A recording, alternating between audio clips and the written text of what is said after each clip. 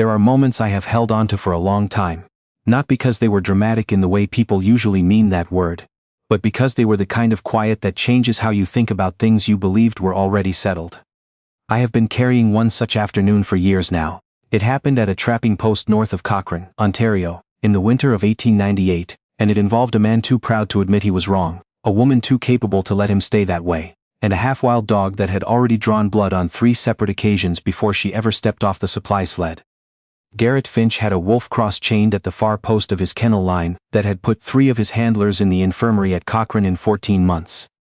It was a gray male, large even for the half-blood animals that sometimes came down from the interior, with pale yellow eyes and a history of sudden, unpredictable violence that had earned him the name Wrath among the men who worked Garrett's trap line. Garrett had purchased the dog 2 seasons earlier from a Cree trapper who had warned him, in a tone that now seemed more honest in retrospect than Garrett had given it credit for at the time, that the animal had been beaten badly in its first year, and that no amount of chain or correction had resolved it. Garrett had believed the dog could be brought to harness. Wrath had spent 14 months proving otherwise, and Garrett had spent those same months arriving quietly at the conclusion that some animals were simply beyond reclaiming, a conclusion that sat in him now with the particular heaviness of a man who does not enjoy admitting he has run out of answers. Frances Dalton arrived at the post on a supply sled out of Cochrane on a Tuesday morning in January, with a single trunk strapped behind her, and a letter of arrangement that had passed between her and Garrett over 3 months through the Hudson's Bay mail. Garrett had placed the advertisement with careful language, a capable partner, those exact words, written by a man who had learned to be specific after trusting implication and being burned badly for it. Frances had answered from Moose Factory in a letter that described her plainly. 33 years of age, granddaughter of a Métis trapper on her mother's side, accustomed to northern winters and to working dogs. Garrett had read the description with the measured caution of a man who had been taken once already. The man who had taken him was named Amos Tilley, a former business associate, who had described a timber license in terms that turned out to bear no resemblance to the actual worthless survey claim, costing Garrett the better part of a season's earnings before he understood the full shape of the deception. Since Amos Tilley, Garrett Finch had made a private habit of withholding belief until he had watched the evidence accumulate with his own eyes. It was not a habit that had made him easy to know. Frances noticed Wrath before the sled had fully stopped. She had seen him the way certain people see what matters to them before they see anything else. A single unhurried look from the sled seat, taking in the gray shape at the far post, the length of chain, the coiled stillness of an animal that had decided some time ago that every approach from a person meant something to brace against. She asked, pulling her coat straight as she stepped down, what had happened to him. Garrett told her, with the flat economy of a man closing a subject before it opened, that Wrath was not a project worth continuing, and that 3 capable handlers had already proven as much. He said it the way a person states something they believe to be plain fact and have no reason to soften. Frances looked at Garrett Finch for a moment with an expression that gave nothing away and then said, plainly, that she would like to try if he had no objection. Garrett looked at his new bride, the sensible traveling clothes, the small trunk, the calm on her face that did not waver, and felt the particular certainty of a man who believes he already knows how the afternoon will end. He said she could try, and that he would wager the cost of her next supply order on it, which he expected to collect well before dark. He did not yet understand that Frances Dalton had learned to work dogs before she had learned to read. She had grown up in Moose Factory under the partial instruction of her grandmother, a Métis woman who had handled working animals for 40 years, and who had taught Frances, by the time she was 12, that a dog's meanness was almost never truly about the dog. It was almost always about what had been done to it before it reached you, and that the same steady, unhurried attention that settled a frightened animal could be applied, with only slight modification, to frightened people as well. Frances had left Moose Factory the previous year, after her grandmother's death left the dog handling work to her eldest cousin, a capable man but not a gifted one, and she had understood within a season of his management that her particular knowledge was no longer wanted in the place that had shaped it. The advertisement from a trapper in Cochrane had seemed, at the time, like the only door still open. Frances set her trunk beside the kennel post and studied Wrath for a long time before she moved. Garrett watched from the porch of the main building with his arms folded, in the posture of a man waiting for an outcome he has already decided upon. Roy Belcourt, the Ojibwe guide who had worked Garrett's trapline for 11 years, and had been present for all 3 handler incidents, came out from the supply building without being asked and stood beside him. Roy had seen Wrath put a grown man down with 1 bite to the forearm. He watched Frances standing at the edge of the kennel run and said nothing. Frances did not go to the dog. She stepped just inside the kennel gate and stood completely still. No rope in her hand, no lead. None of the heavy equipment every previous handler had brought as both tool and reassurance. She stood with her hands loose at her sides in the January cold and let it settle on her the way it settles on people who have stopped arguing with it. Wrath paced the length of his chain, pale eyes fixed forward, a low sound moving through his chest that was not quite a growl. He'd circled twice and stopped, watching her. Garrett called across the yard after 15 minutes, his breath clouding in the cold, that the dog was meant to be worked, not observed. Francis said, without turning, that Wrath had been rushed by 3 men before her, and that each attempt had taught him further that a person entering his space meant force was coming. She said she was not in any hurry to be the 4th lesson in that education, and that if Garrett wanted to call the wager off and keep his supply credit, she had no objection to that arrangement. Garrett said nothing further and stayed on the porch. By the end of the first hour, something had shifted in the quality of Wrath's attention. The circling had stopped. His ears, which had been flat and tight since Francis entered the run, had lifted very slightly. Not forward, not open, but no longer pinned in the position that Roy Belcourt knew from experience meant a lunge was seconds away. Roy noted this to Garrett quietly. Garrett said the dog was conserving heat in the cold, and he said it mostly to hear himself say something he still believed. Roy said only that it might be that. In the second hour, Francis began to hum, low, without melody, the particular sound her grandmother had used, a steady vibration that was not quite music and not quite speech, something the body registers before the mind decides what to do about it. Wrath's head turned toward the sound. His ears tracked it the way a dog tracks something unfamiliar that has not yet declared whether it is dangerous. Francis did not acknowledge this. She continued without variation, giving him time to file the sound away in whatever category made sense to him. She moved for the first time in the second hour. 3 slow steps toward the center of the run and then stopped. Wrath watched without retreating.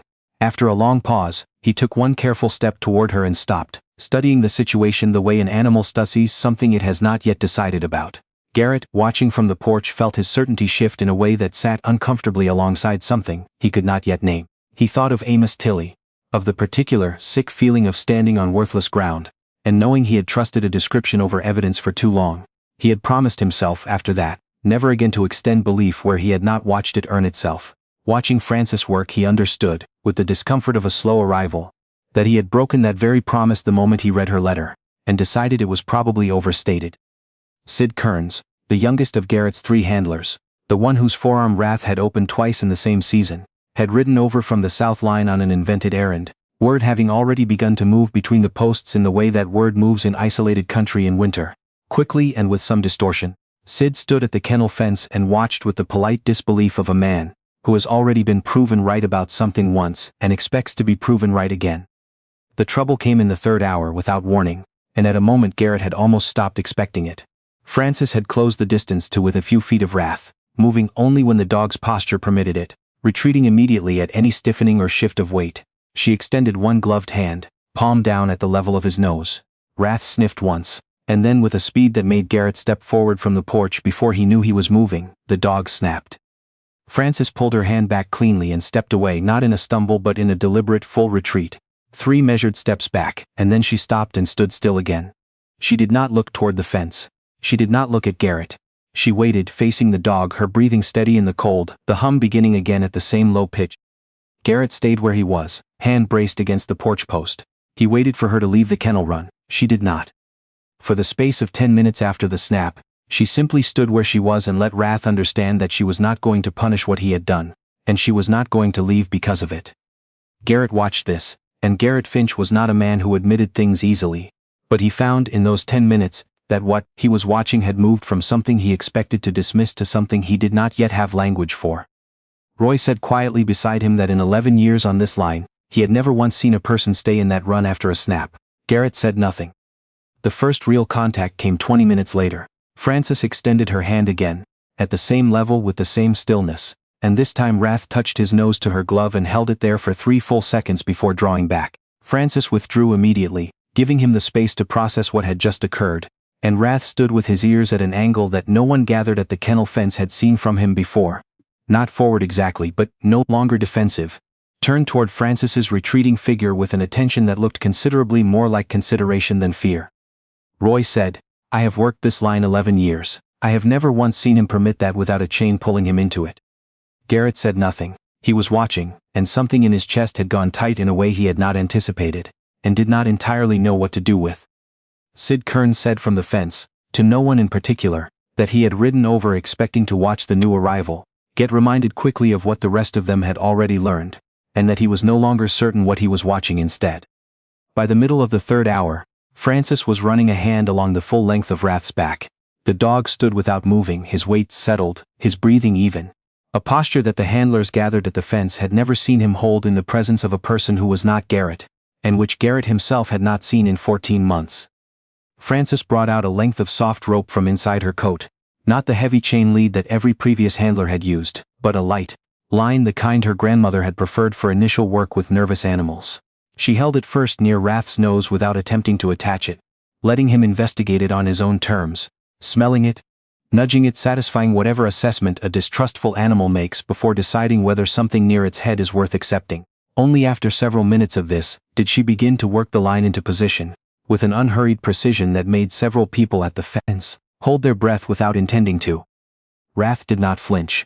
He stood steady while Francis secured the slip, and when she straightened and took the first gentle tension on the line, the dog stepped forward rather than pulling away, following rather than fighting, as though following had simply required the right introduction to make any sense at all.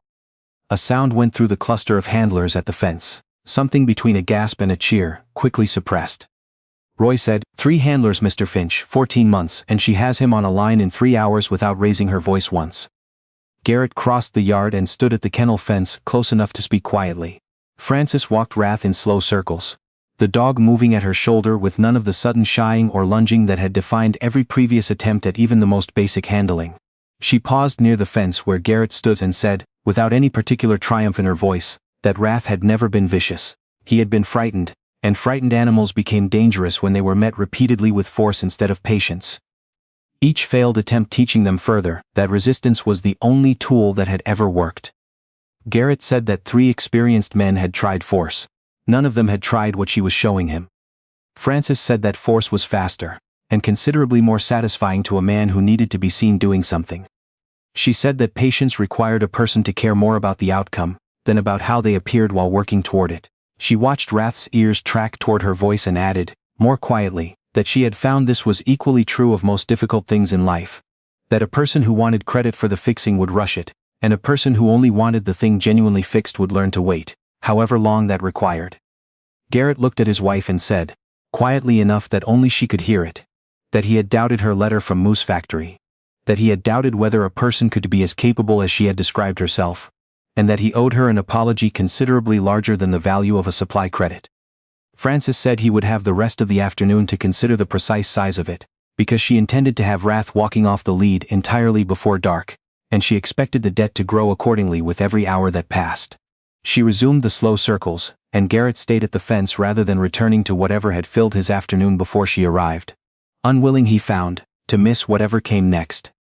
Roy Belcourt said beside him, in the dry, even way he said things that required no decoration, that in 11 years on this line, he had never once watched Garrett Finch stand at a fence for this long over anything that was not directly costing him money. Garrett said, without taking his eyes off his wife and the dog, that he supposed this was costing him something after all. Just not the kind of thing Roy was accustomed to counting. Francis removed the lead as the January light flattened and began to blue across the yard.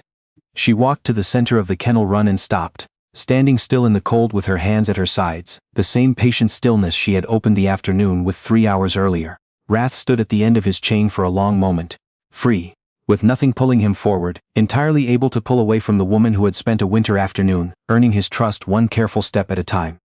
The people at the fence went quiet.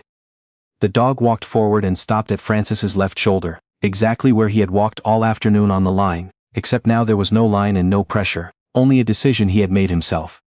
Sid Kearns said, to the fence post as much as to anyone present, that he had ridden over expecting to watch the new arrival sent back to Cochrane by sundown. He said he was not entirely sure he could describe what he had just watched to anyone who had not been standing there to see it themselves. Roy told him to pay close attention, because he doubted either of them would see its equal again on this line. Garrett Finch paid the wager that evening without argument. But what he paid in the months that followed was a different kind of currency entirely. A willingness to extend the same patient trust to his wife's judgment that she had extended to a frightened dog in a cold kennel run, in matters considerably beyond the kennel. He began asking Francis about the animals before he made decisions about them. He began seeking her opinion on difficult cases he had previously handled alone, out of the same closed habit of doubt that had cost him his season with Amos Tilly, and had nearly cost him on the very first day of his marriage, a wife whose ability he had underestimated at every count. Wrath became within one season the steadiest lead dog on Garrett's line, run gently and regularly by Francis, and trusted by Garrett in the full way you trust something you have watched be built from nothing, because you know precisely what it cost.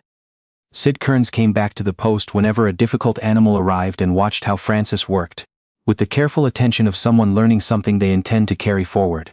He said years later that the afternoon he watched Francis Dalton settle Wrath without a chain, in 3 hours of cold and patience, was the afternoon he stopped believing that force was the first or only answer to a frightened animal. He said it changed how he worked for the rest of his years in the North.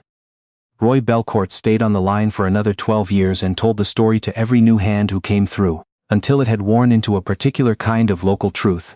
The afternoon the new woman from Moose Factory gentled the dog nobody had been able to reach, and in the same few hours gentled the man who had underestimated her right along with it.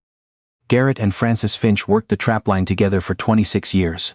He never again doubted a claim of hers before watching her prove it, having learned in one January afternoon exactly what his wife was capable of when she was given the patience to show it.